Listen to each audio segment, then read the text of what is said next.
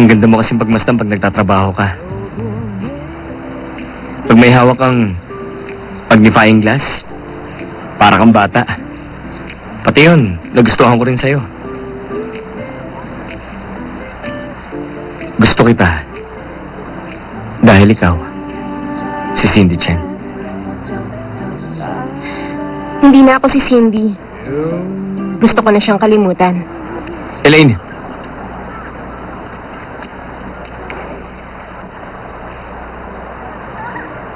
Tao o numero? May premyo ba pag nahulaan ko? Siyempre. Kapag nahulaan mo ng tama, ihahatid kita. Paano kung nagkamali ako? Kailangan mong mag-share sa akin ng secret.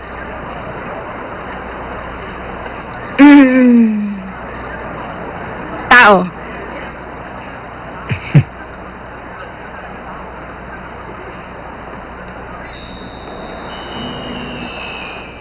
Uh-oh.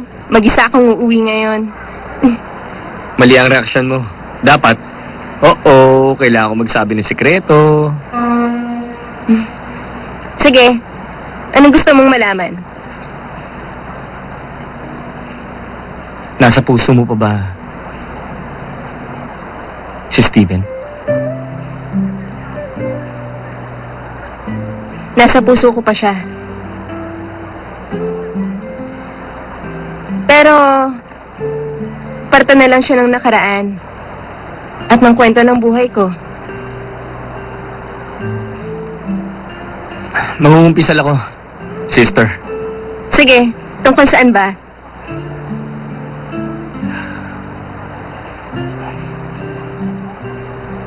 Two years ago, may nagawa akong mali. Ano yun? Kung alam ko lang na masasaktan ka ng sobra, hindi ko sana kayo pinagpalit ni Steven. Noong 80th birthday ni Grandma, akala ko makikita kita masaya. Kabaligtaran pala. Kung plano ng Diyos na makilala kita, umaasa ako na tumagal pa ang samahan natin. Kapag naibenta ko bukas ang artwork ko, magdi-dinner tayo. Dinner? Yun lang? Eh kung lumabas tayo bilang mag-boyfriend, okay lang? Seryoso ka? Huwag ka magbibiro ng ganyan. Kung katawan mo ipambabayad mo, tatanggi ako. Bakit? Natatakot kang baka mapahiya ka? Hindi ako Diyos. Paminsan-minsan, nararamdaman ko rin yan. Oh, gusto mo bang itanong dun sa dating Cindy kung anong nararamdaman niya ngayon? Sige, anong number niya? Liligawan ko kagad siya. Yun ay kung handa na siya.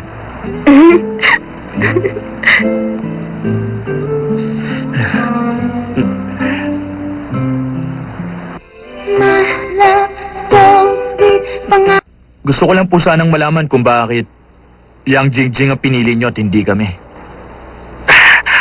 Wala pa naman tayo contract, hindi ba? Mr. Chow, patapos na ang negosasyon natin tungkol sa inheritance. Kung magbaback-out ka, di yun magiging madali sa amin. Dediretsahin na kita.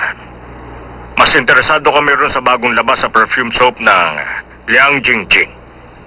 Mas pumapatok ngayon sa market ang mga bagong produkto kaysa ron sa mga luma. Ayaw na nila sa produkto ninyo.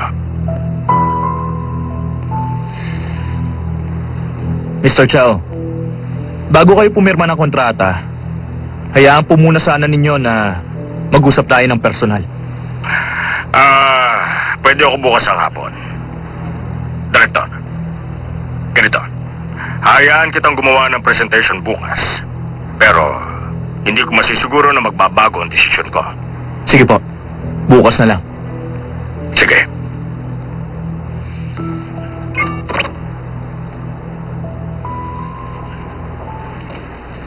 Hi! Overtime? Salamat. Alam mo ba, Naka-overtime din ako ngayon. Kahit na ako assistant ng director, hindi ako exempted doon. Nga pala, meron ka pang dapat malaman. Plano ko talagang pumunta ngayon sa Good Guys and Good Girls Love Fest. Pero alam mo, hindi ako nakapunta dahil kailangan ko mag-overtime ngayon. Nakikita ko na! Hindi ako makakapag-asawa!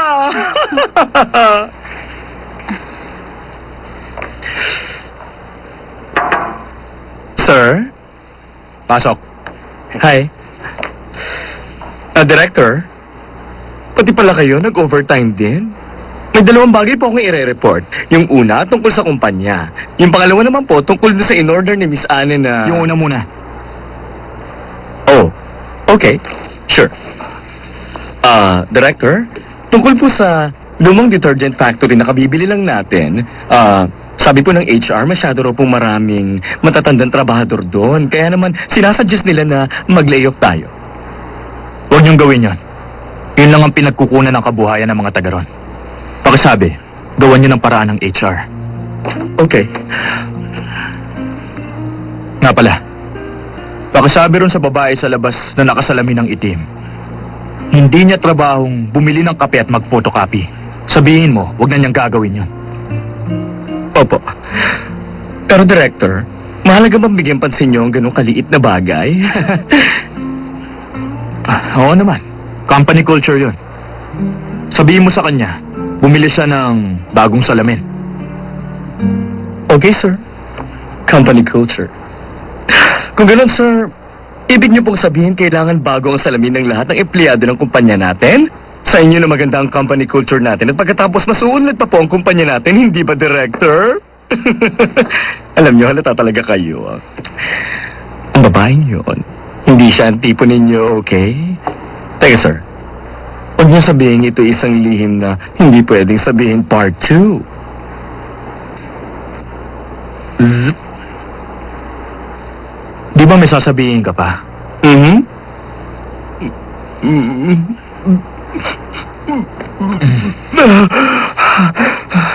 Sir, salamat po. Okay.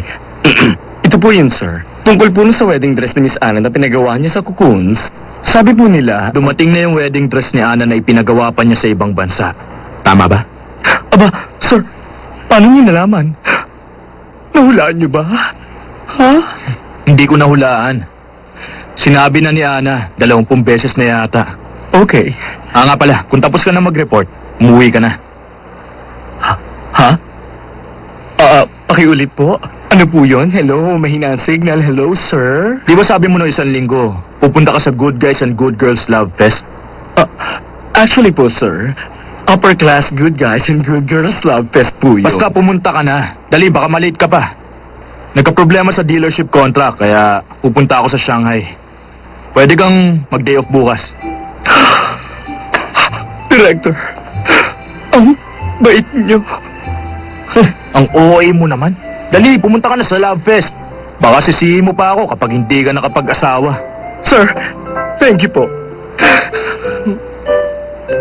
Sir, lagi nilang kayong nakasimangot. Ngiti naman kayo.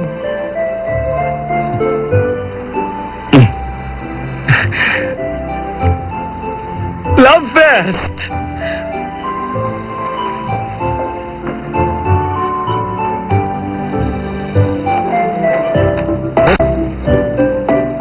Pupunta si Anson sa Love Fest sa Biyernes.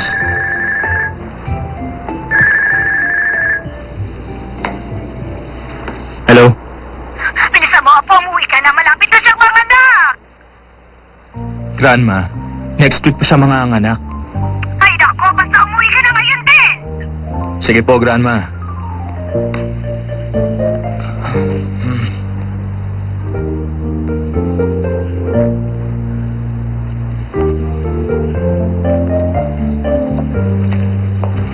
Director? Gawin mo agad yan. Okay?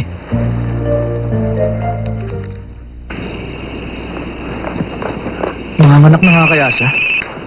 Grandma, nandito na ako. Nanganak na ba siya? Nako, hindi pa. Ano? Hindi pa? Oo, ganun na nga. Nagkamali lang ako. Nakita ko kasi siya nagkakamot sa sahig, tapos tahol siya ng tahol, kaya Akala ko manganganak na siya. Pasensya na, napauwi ka tuloy agad. Ah, tinawagan ko nga pala si Ana.